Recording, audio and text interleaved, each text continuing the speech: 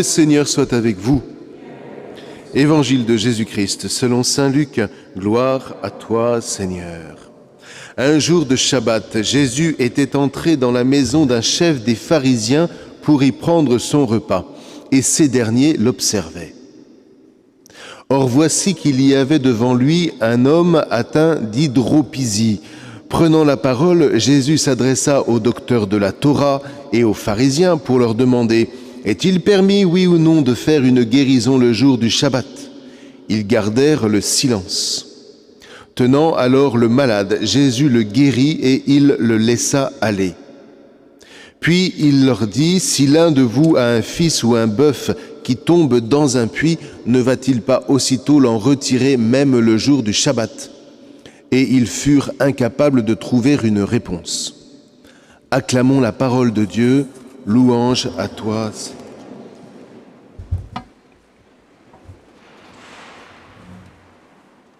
D'où vient cette parole de Jésus ? Si l'un de vous a un fils ou un bœuf qui tombe dans un puits, ne va-t-il pas aussitôt l'en retirer, même le jour du Shabbat ? Est-ce que vous pensez que ça lui est venu comme ça ? Il s'est dit, tiens, je vais les prendre à défaut, là. Pas du tout. Jésus, là, est devant une épreuve. Mais une épreuve, n'imaginez pas que les Juifs qui sont en face de lui soient plus méchants que n'importe qui. Ils cherchent, et Jésus ne rentre pas dans leur case. C'est comme ça. Mais ce qui est le plus fort là, c'est que face à cette épreuve-là, Jésus va répondre en puisant une parole qui appartient à ce qu'on appelle aujourd'hui le Talmud. Parce qu'il est habité par ce Talmud, il est habité par tous ces commentaires de la Torah de Moïse. Donc, quelle est son arme dans l'épreuve ? La parole qu'il a à l'intérieur de lui. C'est toujours la même chose. Si j'imagine que je vais vaincre les épreuves en demandant au Seigneur soit de les écarter, ce qu'il peut faire éventuellement, mais c'est quand même assez rare. Je ne sais pas si vous avez remarqué, c'est assez rare. Soit je lui demande de les écarter, puis alors je me plains évidemment quand elles subsistent, soit je me dis non mais je vais répondre par moi-même. Puis alors vous savez, vous vous souvenez de tous les scénarios que vous et moi on se fait quand on est en train de marcher ou quand on est en voiture, quand on n'est pas content de quelque chose, et pourquoi il m'a dit ça, et moi je vais lui répondre ça, et puis quand il m'aura répondu ça, moi je lui répondrai ça, etc., etc. Ça vous dit rien ? À quoi ça sert ? Rien. Alors que lorsque je me sens atteint au plus profond de moi, comme ce qui s'est passé à Nice, vous voyez, là on n'est plus en train de faire de la morale, dis bonjour à la dame, mouche ton nez.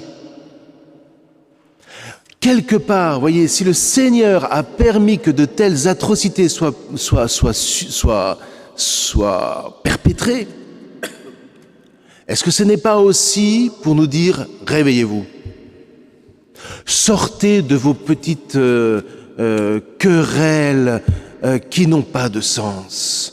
Car ce qui a du sens, c'est ce qui touche à la vie. Et lorsque saint Paul écrit ce que nous avons entendu ce matin, par exemple, il a par devers lui, entre autres, la mort de saint Étienne. Oui, c'est ça, oui. Excusez-moi. D'Étienne, il a par devers lui toutes les persécutions que les chrétiens à son époque sont en train de subir. Et c'est là où il leur dit, vous voyez, il n'est pas en train de dire « soyez gentils entre vous ». Est-ce que vous comprenez ? Il est en train de leur dire « allez, soyez vigilants, ressaisissez-vous, regardez ce qui est essentiel et restez droit. C'est là notre fierté. Mais ne le vivez pas tout seul. » Là, aujourd'hui, on est obligé, nous, de rajouter ça. À son époque, il n'y avait pas besoin. On ne se sent... L'individualisme n'existait pas dans l'Antiquité. Bon, ça n'est venu qu'à la Renaissance, ou ce qu'on appelle comme ça. Donc aujourd'hui, notre grand combat, c'est justement de ne pas laisser prise à une société qui n'est là que pour nous séparer les uns des autres. On vit les choses comme si on était les seuls au monde. Non, nous ne sommes pas seuls au monde. Nous sommes frères et sœurs. Et nous avons à nous encourager les uns les autres, à nous appuyer les uns sur les autres, en nous rappelant une autre phrase que maintenant vous connaissez bien parce que j'arrête pas de vous la rappeler. Elle est tirée du livre des Proverbes, au chapitre 18. Un frère appuyé sur un autre frère est une... Ah bah si, il faut que je la répète alors. Forteresse. Un frère appuyé sur un autre frère est une forteresse. Un frère appuyé sur ce frère-là, allez dire à mes frères que je les attends en Galilée. Ouais.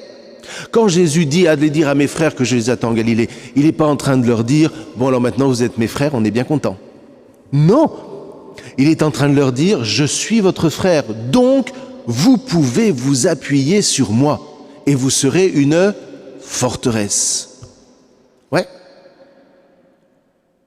Et ça se vit, frères et sœurs, si nous portons en nous ce que Saint Paul appelle la sainteté, ou ce qu'on traduit comme ça, nous le porterons en nous si nous vivons profondément. Alors aujourd'hui, la sainteté, malheureusement, c'est un mot qui ne veut plus rien dire, c'est-à-dire on pense que c'est parfait. Le meilleur mot, la meilleure traduction, c'est si nous vivons la consécration au Christ. Et cette consécration, elle ne se vit pas simplement par le désir de me donner, non, elle passe par l'imprégnation en nous de sa parole ou d'une parole de l'Église. Prenez ce que vous voulez, mais que ces paroles-là, que ce soit de l'Église ou du Christ, d'abord du Christ et puis ensuite de l'Église, rentrent en nous, de sorte que cette parole nous maintienne debout et qu'elle nous ressuscite. Le Christ est habité par la parole qui vient du Père, et c'est cette parole en lui qui, même lorsqu'il entre dans la mort, lui permet de ressusciter par le Père. Vous vous rendez compte? Et nous pensons que nous n'en aurions pas besoin. Ah, fous que nous sommes. Alors maintenant, nous allons nous nourrir de l'Eucharistie. Mais cette Eucharistie, c'est encore une parole. Cette parole en acte sur la croix. Et lorsque Jésus a traversé la mort, il est ressorti vivant. Eh bien, c'est ce que nous sommes appelés à vivre maintenant. Oui, nous sommes affrontés à la mort violente, mais j'ai déposé en toi une parole qui te permet de rester debout, et là sera ta réponse à tous les crimes qui pourront être faits. Telle est notre mission et notre vocation chrétienne. Amen.